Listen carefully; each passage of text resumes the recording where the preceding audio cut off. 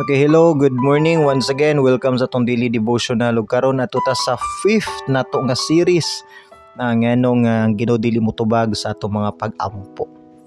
Okay, so previously or sa previous natong mga videos ay mo katingala nganong maoro ni akong t-shirt sa pila ka series nato. Gi-record ako ni nga video so gi-cut lang na ako munang maoro gyapon ni ako ang sinina. Oh. Okay, so first, isa sa mga reasons ganong ginodili mo tubag sa tong prayer is wrong intention. Number 2, dili pa right time.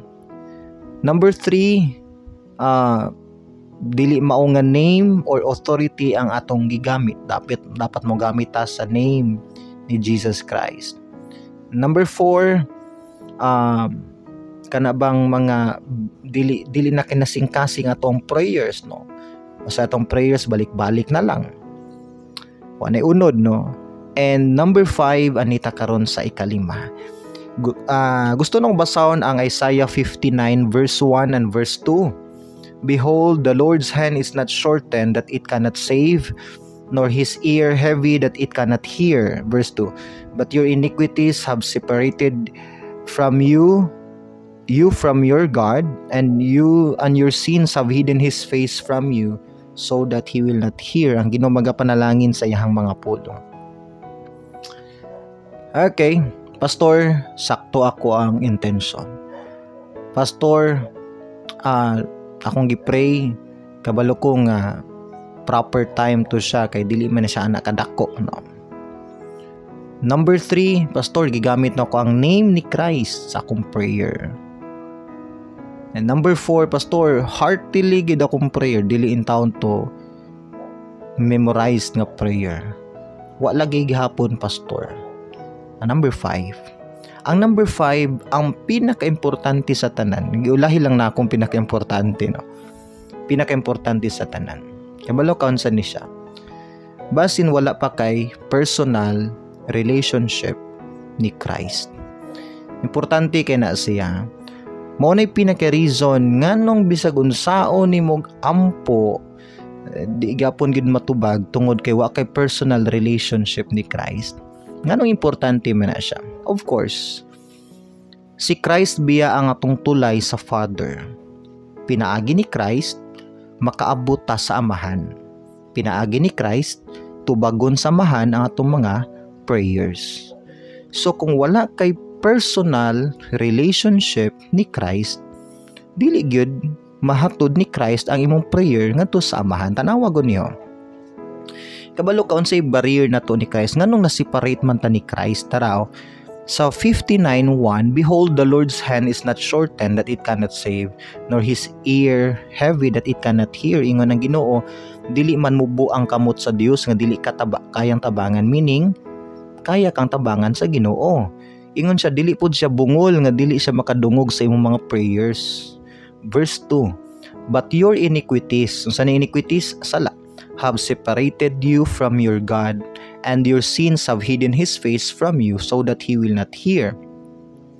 So klaro kay din hino nga tungod sa ato ang mga sala, dili madungog sa Dios ang atong mga prayers. Di siya kadungog tungod kay ang sala by nature separator man gud ang sala. Gud mo kabantay, ang sala makaguba og friendship, ang sala makaguba og pamilya, ang sala makaguba og nindot nga relationship. By nature ang sala mo separate gid siya, makaseparate siya, separator gid ang sin. And ang tao makasasala man gud mo nang naseparate sa Dios. Tungod na nga separation, dili niya ma-answer ang atong mga prayers. Ang good news, si Christ ang nidupa nato. Pinaagi ni Christ, okay, kung natay personal na nga relationship ni Christ, diha mabalik ang atong naguba nga relasyon tali sa Dios. Pinaagi na ni Christ, mamita ingon niya sa John 14:6, I am the way. Siya ang dalan, the truth and the life. Ingon pagi siya, no one comes to the Father except through me. So walay makaadto sa man gawas ni Christ. So it's not about religion. Dili man ang imo or ako or ilang relihiyon ang makapa-connect nato sa Father, no? Dili man. si Christ lang yun, si Jesus Christ lang yun. So unsaon man makabaton ka og personal nga relationship ni Christ, kabalo ka dugay nang ginahangyo ni Christ imuhang heart nga mo surrender niya. Ingon ang Revelation 3:20 nga nanuktok ang Ginoo sa imong kasing-kasing.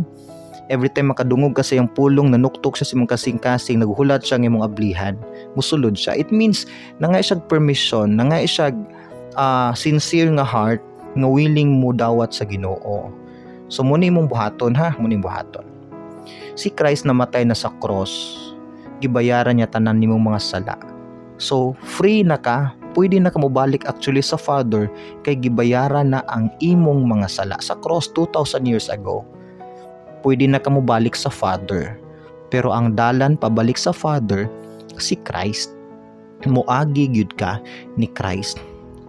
Unsaon man nimo pag-agi pinagi ni Christ, pinaagi sa usa ka personal invitation. I-invite nimo si Christ nga mosulod sa imong life, imo siyang tuuhan nga siya lang ang savior nimo. Siya lang man gid imong savior, siya ra may namatay sa cross, wa na may lain, siya ra may nagbayad sa imong sala. So siya lang gyud ang imuhang savior, dili gid ang atong church, ang religion. Ang religion makatabang nato sa Christian life, pero ang mo save lang nimo si Christ. So imong hinulsulan imong mga sala karon, and then ipaubos imong kaugalingon, and then imong tuuhan nga si Christ namatay sa cross, gilubong siya ug nabanhaw sa pagbayad sa iyong mga sala. And then imo siyang dawaton sa imong life, imo siyang invite, papuy-on nimo siya sa imong kinabuhi nga personal nimong savior. Pinaagi na nga simple og kinasing-kasing nga prayer, musulod ang Ginoo sa imong life ug naa siya sugdan sa imong kinabuhi. Muna gitawag og personal relationship. It means si Christ na animo, nagpuyo na siya nimo, ikaw pud na ang Christ, na namoy relationship. Lahi man tong nakaila ni Christ ug naka-receive gyud ni Christ, di ba? Si Satan nakaila ni Christ, pero wala si Satan mi-receive ni Christ. Ang mga atheist nakailang Christ, pero ilang gi-reject si Christ, wa nagi-receive si Christ. So karon mo receive ka ni Christ, imo siyang dawato nimong personal savior. Once ma-receive nimo siya karon, diha na magsugod ang imong intimate personal connection sa Father tungod kay si Christ naa naman sa imong kinabuhi.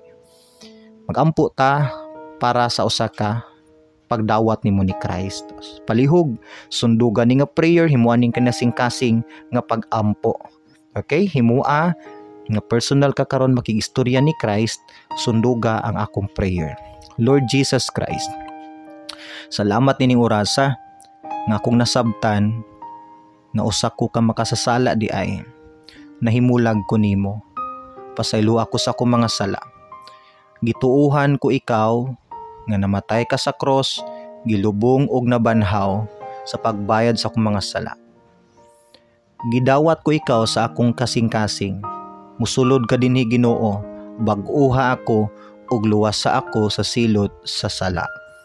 Salamat sa pagtubag nimo sa akong pag-ampo ug na nakoy assurance nga tanan akong pag-ampo according sa imong will tubagon na samahan. In Jesus name, amen and amen. God bless you.